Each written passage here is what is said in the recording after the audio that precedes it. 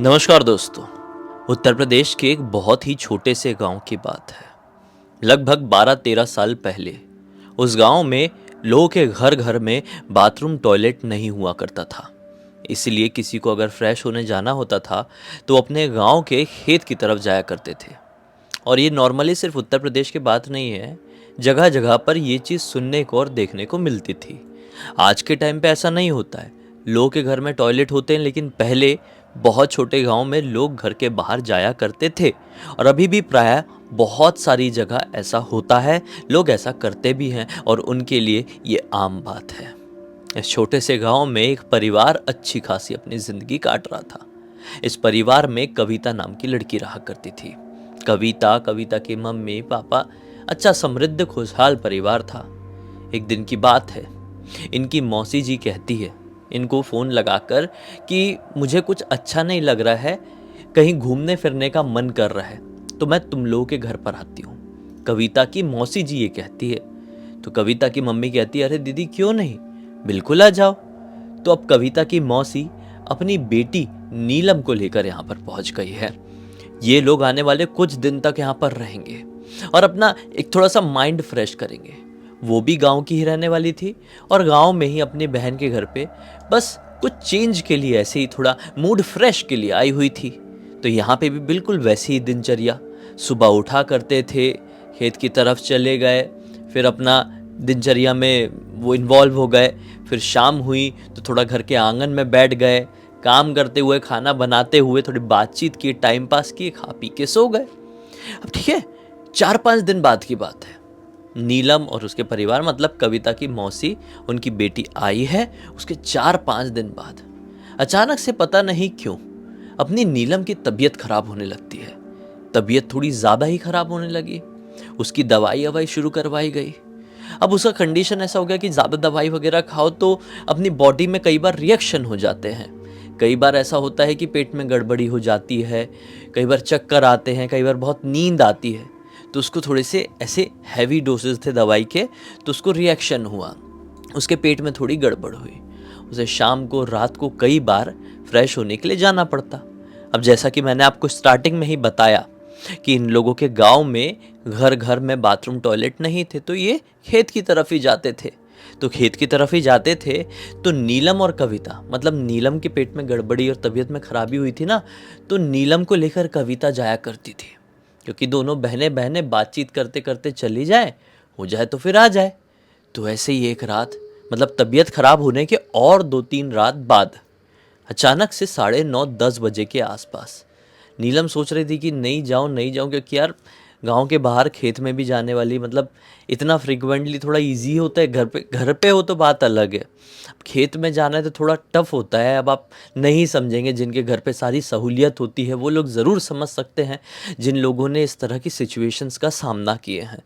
तो नीलम सोच रही थी कि नहीं जाऊँ, लेकिन उसको आउट ऑफ कंट्रोल जैसा हो जाता है, उसको ना मतलब चेहरे पे दिखने लगता है। तो कविता बोली देती है, अरे नीलम ठीक है कि नहीं, बता तू। तो नीलम कहती है, नहीं यार मुझे जाना है फ्रेश होने के लिए। बोलती ठीक है, कोई बात नहीं, चल लेते हैं। तो तुरंत ही कविता अपनी मम्मी और मौसी से कहती है कि नीलम को फिर से जाना है, हम जस्ट जाते हैं और आते हैं, आप लोग टेंशन मत लेना, नींद वींद आएगी तो सो जाना, दरवाज़ा खुला रख के। लेकिन मम्मी और मौसी को कैसी नींद आएगी, घर की दोनों बच्चियाँ खेत की तरफ जा रही हैं। ठीक है बोले, दोनों बहनें बहनें चले जाओ अपनी। अब दोनों बहनें बढ़िया बातचीत करते करते जल्दी जल्दी खेत की तरफ पहुंच गई। अब खेत के सामने की तरफ रोड में कविता खड़ी हो जाती है और नीलम अंदर चली जाती है। नीलम अपना फ्रेश हो रही होगी, उसी समय कविता जो रोड के किनारे खड़ी थी, उसकी नज़र उसके बिल्कुल रोड के अपोजिट वाले एक खंडहर घर की तरफ पड़ती है। ये खंडहर घर ये पहली बार नहीं देख रही थी, बल्कि कई बार देखी हुई थी, दिन में, रात में, शाम को, आते जाते कई बार, क्योंकि भाई इन्हीं के गांव का ये खंडहर है और इसमें कुछ डिफरेंट नहीं है। लेकिन आज पता नहीं क्यों इसकी एकदम ध्यान से वहाँ पर नज़र गई, क्योंकि कविता को ऐसा लगा कि अंदर कुछ तो है, कोई तो है। मैं उम्र की बात करूं तो कविता की उम्र उस समय 12-13 साल की ही रही होगी और नीलम की भी उम्र उसी के आसपास की थी, हद से 14-15 की रही होगी। कविता की एकदम ध्यान से नज़र उस तरफ पड़ती है और पाती है कि अरे वहाँ पर कोई है क्या, मतलब सामने वाले खंडर में किसी के होने का आभास हुआ, हालांकि रात थी, 10 के आसपास का समय हो रहा था, लेकिन ये उजाली रात है, चांदनी रात है, तो प्रॉपर व्यू मिल रहा है। अचानक से उसको समझ में आया कि उस खंडर से कोई निकल रहा है, लंगड़ाते हुए। इसने जो कपड़े पहना है ना, ये कपड़े कई बार कविता ने किसी को पहने हुए देखी थी। जब वो प्रॉपर खंडर से बाहर निकल गया तो इसको समझ में आया कि अरे, ये तो मामा जी हो सकते हैं। दरअसल कविता लोगों के घर के 4 घर आगे ही, गांव में ही एक आदमी का घर था। वो बेचारे थोड़े पैर से वो थे, तो वो थोड़ा लंगड़ा कर चलते थे। तो पूरे गांव में ऐसे एक ही व्यक्ति थे, ठीक है, और वो पर्टिकुलर तरह के कुर्ता पैजामा पहना करते थे। वो अलग टाइप के कुर्ता पैजामा होते थे इनके, हाँ, थोड़ा वो बाहर से कहीं से सिलवा के लेकर आते थे, थोड़े पुराने स्टाइल के, उनको पसंद थे वैसे पहनना। तो ये बोली कि अरे, ये तो मामा जी ही है, लंगड़ाते हुए कहाँ से इस खंडर के अंदर से क्यों निकल रहे हैं? इतनी रात गए तो खंडर के आसपास भी कोई नहीं आता है। जनरली किसी को अगर 2 नंबर करना, फ्रेश होना हो, आई मीन, तो वो ही इस तरफ आता है, लेकिन खंडर के आसपास तो नहीं, क्योंकि ऑब्वियसली उसे देखकर किसी भी प्रकार का कहीं का भी खंडर हो गए, उसे देखकर एक निगेटिव वाइब जरूर आती है, निगेटिव फीलिंग जरूर आती है। इसलिए एक बार सूर्यास्त हो जाए या भले ही दिन का भी वक्त हो, लोग खंडर या वीरान जगह, वीरान इमारतों की तरफ आने जाने से बचते हैं। कविता और नीलम भी आए हुए हैं, लेकिन खंडर के बिल्कुल इस पार हैं और खंडर उस पार, और खंडर के अंदर से मामा जी लंगड़ाते हुए क्यों निकल रही है? बड़ी हैरानी से देखी। सोची कि मामा जी को रोक कर पूछती भी हूँ, और मामा जी के साथ हम दोनों बहने बहने घर की तरफ चल देगी, क्योंकि यार रात बहुत हो गई है यार, 12-13 साल की लड़कियां हैं, तो लड़कियां भी थोड़ी समझदार हैं, इनको भी थोड़ा सा डर लगता है ना। मामा जी दिख गए तो अच्छी बात है। तो यहीं से खड़ी खड़ी कविता आवाज आती है, अरे मामा जी रुकिए रुकिए, हम भी आपके साथ घर की तरफ चलेंगे। अब ये लोग घर से तकरीबन 400-500 मीटर आगे आए हुए हैं, क्योंकि इसी तरफ से खेत शुरू होते हैं और इनका घर टिपिकल गांव के सेंटर वाले एरिया में था। 400 मतलब लगभग आधा किलोमीटर ये बाहर की तरफ आए हैं गांव से। मामा जी रुक गए, लेकिन पलट कर नहीं देखे, खड़े ही रहे। इसने पीछे पलट कर आवाज लगाई, अरे नीलम जल्दी आ जा, मामा जी मिले हैं, उनके साथ ही घर की तरफ चले जाएंगे। मामा जी मिले हैं, उनके साथ घर की तरफ चले जाएंगे, ये बोलने की क्या जरूरत थी इसको? जरूरत ये थी कि यहां से जो घर का रास्ता था, उस रास्ते में एक पेड़ हुआ करता था, एक काला सा घना पेड़। वो कौन सा पेड़ था कविता और नीलम को नहीं पता, आखिर बच्चियां थी ना। लेकिन पता नहीं क्यों उस पेड़ के आसपास से जब भी गुजरो तो शरीर में एक अजीब सी सिरहन सी दौड़ती थी, एक अजीब सी ठंडक, एक भारीपन, जो कुछ ना होते हुए भी वहां पे एक अजीब सा डर वाला माहौल क्रिएट कर देता था। कई बार अपनी कविता और नीलम अपने घर वालों से ये पूछने की कोशिश करती थी कि गांव के बाहर की तरफ वो खेत के पास जाओ तो वो कौन सा काला सा बड़ा सा पेड़ है जिसके पास जाकर एक अजीब सी घबराहट होती है। तो मम्मी, मौसी, पापा वगैरह कोई कुछ नहीं बताते थे, सिर्फ ये कहकर टाल देते थे कि ज़्यादा इधर उधर दिमाग मत दौड़ाया करो, जिस काम से जाते हो काम पूरा किया करो और घर की तरफ आ जाया करो। रुक के ना किसी चीज़ को टोकना है, ना किसी चीज़ के बारे में बात करना है, ना ध्यान देना है। अब ऐसी बात आप किसी बच्चे के सामने करके देखिए ज़रा, अपने ही घर के बच्चे को पकड़िए और उससे ये बात कहिए कि बेटा देख, तू उस तरफ से आता जाता है ना, तो वहाँ पे एक पेड़ होगा, उसके पास बिल्कुल मत रुकना और उसके बारे में कुछ बात भी मत करना। 100% मैं बता रहा हूं, बच्चे के मन में क्यूरियोसिटी क्रिएट हो जाएगी और आप लाख बार मना कर ले, बच्चा आते जाते उस पेड़ को जरूर देखेगा, उसके बारे में आपसे नहीं तो किसी और से कुछ निकालने की कोशिश जरूर करेगा। ये बच्चों का बिहेवियर होता है, ये उनका जन्मजात नेचर होता है जब तक वो बड़े नहीं हो जाते। तो ठीक है, घबराहट होती थी इनको, तो ये बात मालूम थी, रात में लौटना था, मामा जी दिख गए थे, इसीलिए इसने नीलम को आवाज लगाई, नीलम जल्दी आ जा, मामा जी मिले, उनके साथ घर को जाएंगे। अब नीलम आ गई अपना जल्दी जल्दी, हाँ हाँ चल चल अब ठीक है। मामा जी अभी भी वैसे के वैसे ही खड़े, इनकी तरफ पीठ करके। अब जैसे ही नीलम आई और नीलम और कविता रोड क्रॉस करके मामा जी के पास तक पहुंचने को हुई ही है कि लंगड़ाते हुए मामा जी जो खंडर से निकले थे और ना जाने कितने सालों से वो लंगड़ा ही रहे थे, वो भी प्रॉपर चलने लगे, सीधा सीधा। ये बोली, तुरंत बोली कविता ने, मामा जी आपका पैर ठीक हो गया क्या? अब मतलब प्रॉपर कैसे चल रहे हैं? तो मामा जी कुछ जवाब नहीं देते हैं, बल्कि अपने चलने की रफ्तार बढ़ा देते हैं। तो ये चलने की रफ्तार बढ़ाते हैं ना, मतलब जैसे दौड़ते हैं ना, चलते चलते दौड़ते हैं, मामा जी वैसे चलने लगते हैं। तो आसपास कुत्तों का झुंड था। सड़क के किनारे कुत्ते भी बैठे रहते हैं, गांव हो या शहर हो। तो अचानक से कुत्ते एक्टिवेट हो जाते हैं और मामा जी की तरफ अजीब तरीके से भौंकने लगते हैं। इन कुत्तों की भौंक को, चाल को देखकर मामा जी और अपनी रफ्तार बढ़ा देते हैं। अब लिटरली मामा जी दौड़ना शुरू कर देते हैं। मामा जी दौड़ना शुरू करते हैं तो पीछे कविता और नीलम भी मामा जी के पीछे पीछे दौड़ने लगती है। मामा जी रुकिए तो सही, आपके पीछे कुत्ते दौड़ रहे हैं, आपको काट लेंगे। ये कुत्ते वैसे भी बहुत सारे लोगों को काट चुके हैं, मामा जी रुकिए। लेकिन मामा जी इतना तेज भागना शुरू कर देते हैं कि उनकी रफ्तार को और बिहेवियर को देखकर कविता और नीलम के मन में घबराहट हो जाती है कि मामा जी तो अच्छा खासा लंगड़ा कर चलते थे, कभी सीधे चल ही नहीं पाए, अभी इतनी तेज रफ्तार से कैसे दौड़ रहे हैं और हमसे बात क्यों नहीं कर रहे हैं, जवाब क्यों नहीं दे रहे हैं। और जो मामा जी कुत्तों से इतना ज्यादा भी नहीं घबराते हैं, वो ऐसे कैसे रॉकेट के जैसे भाग रहे हैं यार। अब कविता नीलम भी पीछे पीछे दौड़ना शुरू कर दी, लेकिन मामा जी रुकने को तैयार नहीं। मामा रुकिए रुकिए, हमको डर लग रहा है, हमको घबराहट हो रही है, प्लीज रुक जाइए, कुत्ते अब हमारी तरफ आ रहे हैं। लेकिन मामा जी उस काले पेड़ तक पहुंचे हैं कि अचानक से बहुत जोर की हवा चलने लगी और इस हवा के कारण वो जो बड़ा सा डरावना काला पेड़ था, जिससे कई सालों से गांव के बच्चे बच्चे डरते थे, वो जोर जोर से हिलने लगा। लेकिन वो जोर जोर से जिस प्रकार से हिल रहा था, वो इतना भी मतलब नहीं हिल सकता था जितनी हवा चल रही थी। आप समझ रहे मैं क्या कहना चाह रहा हूं? मतलब हवा चल रही थी काफी तेज, लेकिन इतने बड़े पेड़ को इतनी जोर जोर से वो हिला दे, इतनी भी हवा नहीं थी। तो ये डर गई और वहीं पर रुक गई। दौड़ती दौड़ती ये जैसे ही रुकी है, आगे आगे जो मामा जी दौड़ रहे थे वो भी रुके और इनकी तरफ अब पलट कर देखते हैं।